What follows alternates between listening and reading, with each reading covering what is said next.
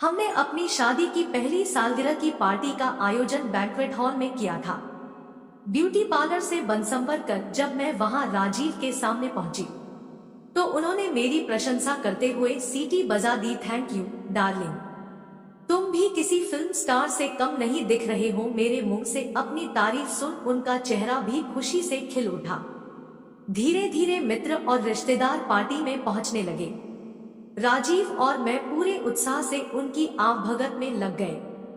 हमारी आंखें जब भी आपस में टकराती तो वे खुश होकर मुस्कुराते, जिससे मेरे दिल में अजीब सी गुदगुदी पैदा हो जाती।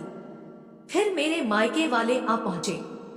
भैया भाभी और मम्मी पापा ने मुझे गले लगाकर शुभकामनाएं दी। जब राकेश जीजाजी ने मुझे गले लगाकर मुबारकबाद दी तो मेरे देखते ही देखते राजीव के माथे पर बल पड़ गए। लेकिन अब जीजाजी ने मुड़कर राजीव को मुबारकबाद दी तो वे उनसे गले लगकर मिले। उस वक्त उनके मधुर व्यवहार को देखकर कोई नहीं कह सकता था कि वे मन ही मन जीजाजी से चिढ़े हुए थे। स्टाइल को देखकर कई मेहमानों के पेट में हंसते हंसते बल पड़ गए। डांस फ्लोर पर कुछ और जोड़े आ गए तो मैंने राजीव से पूछा, क्या हम अब मेहमानों की देखभाल करने चले? यस स्वीट हार्ट, उन्होंने मेरा हाथ थामा और डांस फ्लोर से उतरकर मेहमानों की तरफ चल पड़े। उन्होंने मेरा हाथ बड़ी देर तक नहीं छोड़ा। इस बात से कुछ लोगों ने शायद यह अंदाजा लगाया होगा कि हम जरूरत से ज्यादा बन रहे हैं, लेकिन असली कारण मैं ही समझ रही थी। राजीव नहीं चाहते थे कि मैं किसी और के साथ डांस करूं, इसीलिए वे मुझे अपने साथ लिए मेहमानों के बीच घूम रहे थे। फिर वही हुआ जो वे नहीं चाहते थे। मैंने अपने कॉलेज के कुछ दोस्तों को भी आमंत्रित किया था। वे सब मस्त होकर डांस कर रहे थे और मौका मिलते ही मेरा हाथ पकड़कर मुझे भी डांस फ्लोर पर खींच लिया। उनके साथ नाचते हुए मुझे इस बात का एहसास था कि राजीव इस वक्त मन ही मन किलस रहे होंगे। तुम्हें साथ लेकर कहीं जाना सिरदर्दी बनता जा रहा है। नेहा यूं मुंह फुलाकर घूमना था तो यहाँ आई ही क्यों? मेरे चुप रहने पर भी वे गुस्सा होते। मेरा समझाना, नाराज होकर झगड़ना या चुप रहना उनमें बदलाव नहीं ला सका था। मैं इस समस्या को हल करने का कोई और तरीका सोच पाती, उससे पहले ही जीजाजी वाली घटना घट गई। यह हमारी शादी होने के करीब 8 महीने बाद की घटना है। उन दिनों मैं सप्ताह भर के लिए मायके रहने आई हुई थी। मेरे लौटने वाले दिन दीदी और जीजाजी मिलने आ गए। मुझे वापस ले जाने को राजीव उस शाम को आने वाले थे। शाम के समय दीदी, जीजाजी और मैं गपशप करते हुए छत पर टहल रहे थे। कुछ देर बाद दीदी माँ के साथ रसोई में काम कराने नीचे चली गई। राजीव के पहुंचने का हमें पता नहीं चला था। जब वे अचानक छत पर पहुंचे उस वक्त मैं जीजाजी की किसी बात पर बड़ी जोर से हंस रही थी। कौन सा चुटकुला सुनाया है तुम्हारे जीजाजी ने, मुझे भी बताओ। राजीव मुस्कुराते हुए हमारे पास आ गए। अरे हम वैसे ही हंस रहे थे, क्या हालचाल है तुम्हारे? नेहा से दूर होकर हफ्ते भर में ही दुबले हो गए तुम तो। जीजाजी के इस मजाक पर सबसे जोर से राजीव ने ही ठाका लगाया था। कुछ देर बाद जीजाजी हमें अकेला छोड़कर नीचे चले गए। मैंने भावुक अंदाज में उनका हाथ पकड़कर चूमना चाहा तो उन्होंने झटके से अपना हाथ छुड़ाया और गुस्से से बोले, कोई जरूरत नहीं है मेरे साथ प्यार का नाटक करने की, यह क्या कह रहे हो? उनकी खराब सोच को उसी क्षण पकड़ लेने के कारण मुझे भी गुस्सा आ गया। लिया, तुम दोनों की मुलाकात कैसे हुई? राजीव ने कविता से अपनी उत्सुकता शांत करने के लिए पूछा। तुमने तो कभी हमें मिलाया नहीं। तो एक दिन मैं नेहा से उसके मम्मी पापा के घर मिलने खुद ही पहुंच गई थी। मेरी मौसी का घर इनकी कॉलोनी में ही है। कविता ने कुछ सच और कुछ झूठ मिलाकर जवाब दिया। यह तो हमें शादी में बुलाना भी भूल गया था। अब नेहा ने तुम्हें सरप्राइज देने को हमें पार्टी में बुला लिया है। इस बात के लिए अब उससे झगड़ा मत करना यार। अरुण ने मजाक किया। नेहा मेरे दिल की रानी भी है और मेरी बॉस भी, यह जो चाहे कर सकती है। राजीव ने बड़े रोमांटिक अंदाज में मेरा हाथ चूमकर मुझे भी मन ही मन चौंका दिया। नेहा ने बताया कि तुम बड़ा अच्छा डांस करना सीख गए हो, क्या यह सच है? कविता के द्वारा राजीव से पूछे गए इस सवाल का जवाब मैंने हंसते हुए दिया। अरे तुम राजीव के साथ डांस करके अपने सवाल का जवाब पा लो, गुड आइडिया। कविता ने राजीव को सोचने का मौका नहीं दिया और उनका हाथ पकड़कर डांस फ्लोर की तरफ बढ़ गई। तुम अब खुश हो ना राजीव के साथ? उनके कुछ दूर जाने के बाद अरुण ने बड़े शिष्ट लहजे में मुझसे सवाल किया।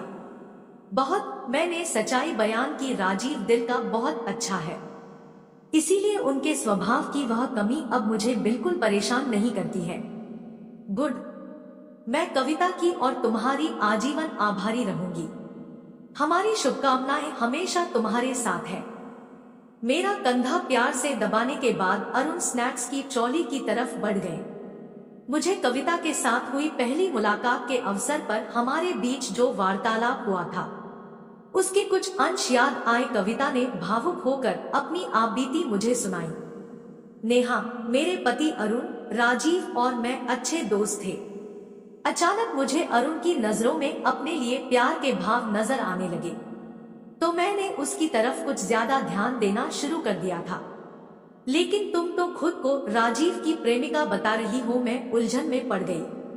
हाँ, प्रेमिका तो मैं राजीव की ही बनी थी। उसे यह बात हजम नहीं हुई कि मेरा रुझान अरुण की तरफ ज्यादा होता जा रहा है। तब उसने मेरा दिल जीतने का अभियान युद्ध स्तर पर छेड़ा और मैं धोखा खा गई। मैंने अरुण के बजाय राजीव को अपना दिल दे दिया, पर यह मेरी भारी भूल साबित हुई। प्रेमी का दर्जा पाते ही राजीव ने मेरे ऊपर बंदिशें लगानी शुरू कर दी। वह नहीं चाहता था कि मैं किसी भी ऐसे युवक के साथ हंसू बोलूं जो किसी भी बात में उससे बेहतर हो। राजीव मेरा प्रेमी बन गया तो अरुण ने मेरे प्रति अपनी कोमल भावनाओं को नियंत्रित कर लिया। फिर भी राजीव चाहता था कि मैं तो उससे बोलना बहुत कम कर दूं, पर वह खुद उसका पहले की तरह दोस्त बना रहे। बिना कारण मैं अरुण से बोलचाल बंद कर देती तो अपनी नजरों में ही गिर जाती। मैंने हर तरह से राजीव को समझाने की कोशिश की, पर बात नहीं बनी। फिर एक दिन हमारे बीच भयंकर झगड़ा हुआ। उसने मुझे बहुत अपशब्द कहे। मैं उससे इतनी ज्यादा खफा हुई कि उस झगड़े का अंत हमारे प्रेम संबंध के टूट जाने के साथ हुआ। जैसा तुम्हारे साथ घटा, बिल्कुल वैसा ही मेरे साथ हो रहा है। मैं भी उनके बेवजह के शक्की व्यवहार से बुरी तरह तंग आ चुकी हूँ। मेरी आंखों में आंसू छलक आए। राजीव में बस यही एक बहुत बड़ी कमी है। वैसे वह दिल का बहुत अच्छा है, हाँ, पर अब मैं तुम्हें इस समस्या से निपटने का रास्ता दिखाती हूँ। तुम मेरी बात ध्यान से सुनो। उस शाम मुझे राजीव के शक्की व्यवहार के कारण हमारे बीच आए दिन होने वाले झगड़ों से निपटने की कारगर तरकीब समझ आ गई थी। राजीव तुम्हें कमजोर चरित्र की नहीं मानता है नेहा। उसे तो इस बात की फिक्र रहती है कि कोई आकर्षक पुरुष तुम्हें उससे वैसे ही न छीन ले जैसे उसने मुझे अरुण से छीना था। कविता से मिली इस समझ ने मेरी समस्या का समाधान कर दिया।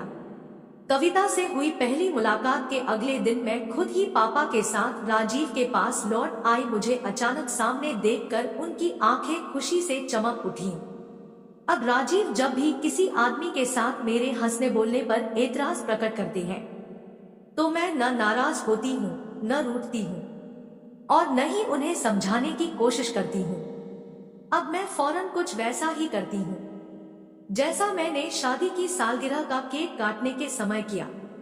केक कटने के बाद मेरे कॉलेज के दो दोस्तों ने कुछ ज्यादा ही उत्साह का प्रदर्शन करते हुए मुझे अपने हाथों से केक आधा खिलाया और आधा मेरे गाल पर रगड़ दिया। मौका मिलते ही मैं नाराज नजर आ रहे राजीव के पास पहुंची और उनके कान के पास मुंह ले जाकर मादक स्वर में बोली, इस केक को मेरे गाल पर मेरा कोई दोस्त भी लगा सकता है, पर आज रात को इस गाल पर लगे केक की मिठास चखने का अधिकार सिर्फ तुम्हारा है। रात के उस दृश्य की कल्पना करते ही उनकी सारी नाराजगी दूर हो गई। उन्हें कुछ गलत बोलने का मौका मैंने फिर नहीं दिया था। अप्रत्यक्ष रूप से उन्हें अपने प्यार व वफा का विश्वास दिलाकर मैंने उनके और अपने मन की सुख शांति को नष्ट करने वाली बहस से एक बार फिर बचा लिया था। दोस्तों, उम्मीद है आप सभी को ये कहानी पसंद आई हो। अगर पसंद आई हो तो वीडियो को लाइक और ऐसे वीडियो देखने के लिए हमारे चैनल को सब्सक्राइब जरूर करें। धन्यवाद।